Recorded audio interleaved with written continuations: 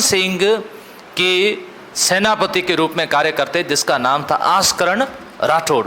और आस्करण राठौड़ की तीसरी रानी जिसका नाम था नेत कंवर, नेत कंवर के बेटा हुआ था और उसका नाम था वीर दुर्गादास राठौड़।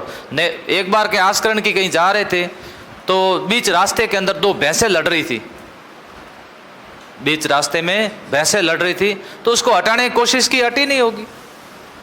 तब वो पानी लेने के लिए आई हुई थी बालिका, उसमें से नेत भी थी। नेत कंवर ने आकर के दोनों को पकड़ करके साइड में कर दिया। उनको लगा इतनी वीरता, और इससे होने वाले संतान कितने वीर होंगे। तो उस नेत कंवर भी इन घराने से ही होगी, उनके घराना मतलब अच्छे परिवार से होगी। तो उन्होंने नेत कंवर से शादी कर ली, और शादी करने के बाद जो पुत्र जन्मा उसका नाम रखा गया दुर्गा। फिर दुर्गादास क्या नाम से प्रसिद्ध हो गए, दुर्गादास राठौड़ के नाम से प्रसिद्ध हो गए। कुछ इतिहासकार ऐसा बताते हैं कि दुर्गादास थोड़े कलर के काले थे, सांवलो कलर था। कैसा कलर था? थोड़े सांवले कलर के थे। तो दुर्गादास राठौड़ को कह दिया था आस्करण ने, वे तुम और तुम्हारी माँ जाओ लूणवा की जागीर में, वहाँ रहो, खाओ पियो मौज करो।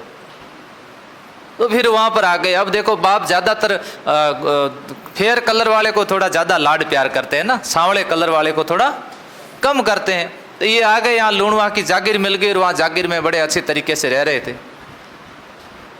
कृषि वर्षि का कार्य अपना चल रहा था। इतने में जोधपुर महाराजा जसवंत सिंह के यहाँ पर ऊँट वगैरह चराने का काम करता था राई का, और राई का ऊँट चराता इनके खेत तक आ गया। तब दुर्गादास राठौड़ ने कहा देख थोड़े ऊँट पीछे रख।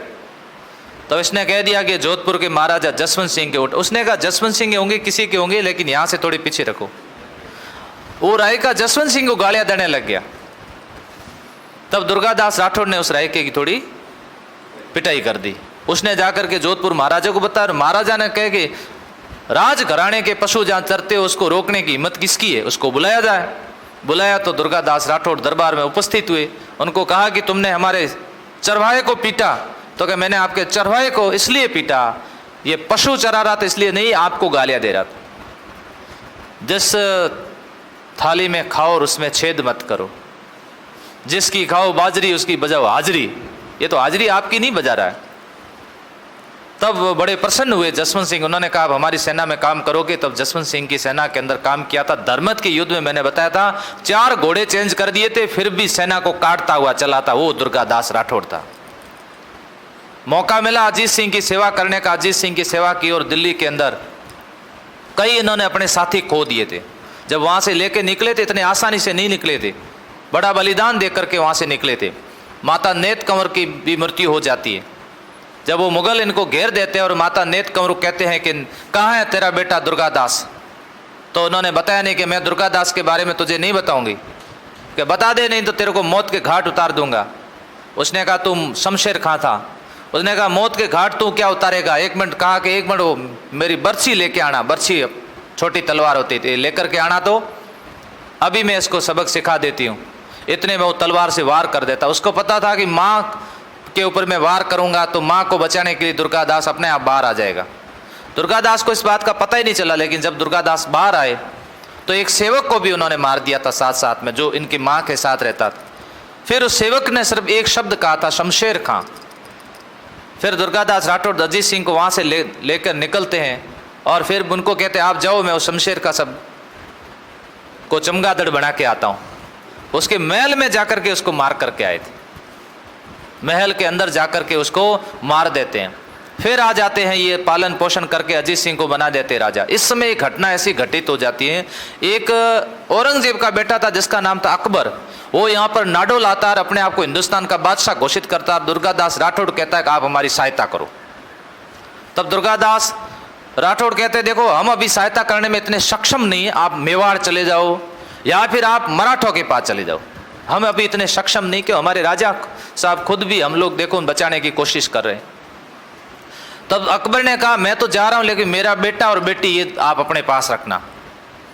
तो बेटे का नाम था सूफिया निसा और बेटे का नाम था बुलंद अख्तर।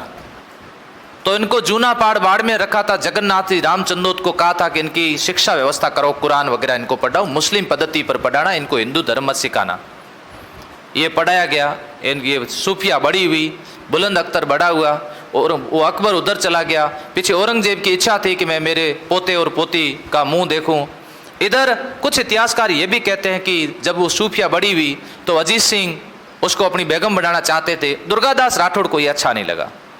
दुर्गादास राठौड़ ने कहा देखो ये अपने धर्म में अभी तक ऐसा हुआ नहीं, खानदान के साथ ऐसा करना अच्छी बात नहीं है, अपने वंश अलग चीज़ होती है और ये अलग है, इनको ऐसा अपने बेगम बना, ये एक तरह का हमारे साथ भी विश्वासघात है। और वो अकबर मेरे विश्वास पे छोड़ के गया था। तब ऐसी स्थिति के इधर ईश्वरदास जी ने मध्यस्थता की थी। उस समय ईश्वरदास नागर थे। ईश्वरदास जी ने मध्यस्थता कर दी और सूफिया, निस्सा और बुलंद अख्तर को औरंगजेब को दे दिया। इस बात से अजीत सिंह नाराज हो गए कि आप मेरी अनुमति बिना, मेरी बिना परमिशन से उसको कैसे देकर के आए। उधर औरंगजेब ने दुर्गादास राठौड़ को मनसब देने की घोषणा भी कर दी, जो कि मनसब अजीत सिंह से ज़्यादा था। इस बात से भी अजीत सिंह नाराज। कईयों ने कान भरे अजीत सिंह के, और अजीत सिंह गौरी शंकर हीराचंद ओझा ने कहा है कि कान का क्या था, कान का कच्चा था। अब इसी अजीत सिंह ने, महाराजा जोधपुर के अजीत सिंह ने दुर्गादास राठौड़ को कह दिया कि दुर्गादास जी राठौड़, अब आप बुजुर्ग हो गए हैं, अब जाओ कहीं जाकर के माला फेरो, अब आपके माला फेरने का समय आ गया है। और क्षत्रिय कभी माला फेरेगा क्या? 12 वर्ष कुकर जिए, 13 वर्ष जिए सियार, 18 वर्ष क्षत्रिय जिए, बाकी जीवन धिक्कार। दरबार के अंदर आपको अजीत सिंह ने बुलाया है। जब आ रहे थे सामने एक बुजुर्ग आए, दुर्गादास राठौड़ को कहा दुर्गादास जी आप दरबार में मत जाइए, आपकी हत्या कर दी जाएगी। और बिल्कुल हत्या के लिए पूरी व्यवस्था करवा दी थी। उन्होंने कहा कि एक क्षत्रिय हत्या से नहीं डरता है, क्षत्रिय वो होता है जो कभी घबराता नहीं है, मौत से कभी नहीं घबराता। मैं जाऊंगा। गए वहाँ पर, उनको प्रणाम किया, कहा कि दुर्गादास जी अब तो आपके हरिद्वार जाने की, तीर्थ पे जाने का समय आ चुका है। जी बिल्कुल, अब मैं आपकी अनुमति लेने आया था। अनुमति लेकर के रवाना हुए। बाहर तो हत्यारे खड़े थे, थोड़े वहाँ जाकर के वापस मुड़ गए और उन्होंने कहा कि अरे साहब अभी गजब हो जाता तो क्या होता कि आपके पिताजी, जब आपका जन्म 1 साल बाद में हुआ, जब आपके पिताजी की मृत्यु हुई थी जसवंत सिंह जी की, तब उन्होंने मारवाड़ का खजाना, गुप्त खजाना, उसकी चाबियां मुझे दी थी। वो चाबियां मेरे पास में पड़ी है, मेरे पास में पड़ी है, और आज मैं लाना भूल गया।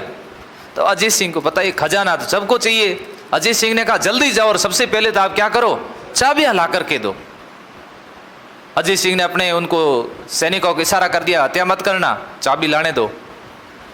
दुर्गादास जी राठौड़ बाहर चले जाते हैं और बाहर जाके समाचार भेज देते हैं, महाराजा अजीत सिंह जी मेरे पास में कोई खजाने की चाबी नहीं है। धोखे से हत्या करना अच्छी बात नहीं है। अगर हत्या ही करना चाहते हो तो सैनिकों को भेज दीजिए खुले मैदान के अंदर। वैसे मैं मारवाड़ छोड़ करके जा रहा हूँ। मेवाड़ चले गए। राणा अमर सिंह जी ने उनको रामपुरा की जागीर दी, संग्राम सिंह जी ने इनको विजयपुर की जागीर दी, इनको हाकिम नियुक्त किया। अभी ऐसा ही में प्रश्न आया कि दुर्गादास राठौड़ को मेवाड़ में नियुक्त किया था, हाकिम नियुक्त किया था। फिर उज्जैन चले जाते हैं, महाकालेश्वर महादेव की पूजा करते हैं। 22 नवंबर 1718 को वीर दुर्गादास राठौड़ का देहांत हो जाता है। छिपरा नदी के किनारे वीर दुर्गादास राठौड़ की छतरी बनी हुई है। राजपुताने के स्वामी भक्त की छतरी भी आज उज्जैन में बनी हुई है। कहाँ बनी हुई? उज्जैन के अंदर बनी हुई। देखिएगा, ये कान के कच्चे इसलिए कहते हैं। तब किसी ने कहा कि डंबक डंबक ढोल बाजे दे दे ठोर नगारों की, आसे घर दुर्गोनी हो तो सुनी रहती सारों की सुनी रहती। आसे घर एक ऐसा स्वामी भक्त जन्मा था जिसका नाम था वीर दुर्गादास राठौड़। या तो मेवाड़ के इतिहास में पन्नाधाय का स्थान है, या फिर मारवाड़ के इतिहास के अंदर किसका स्थान है?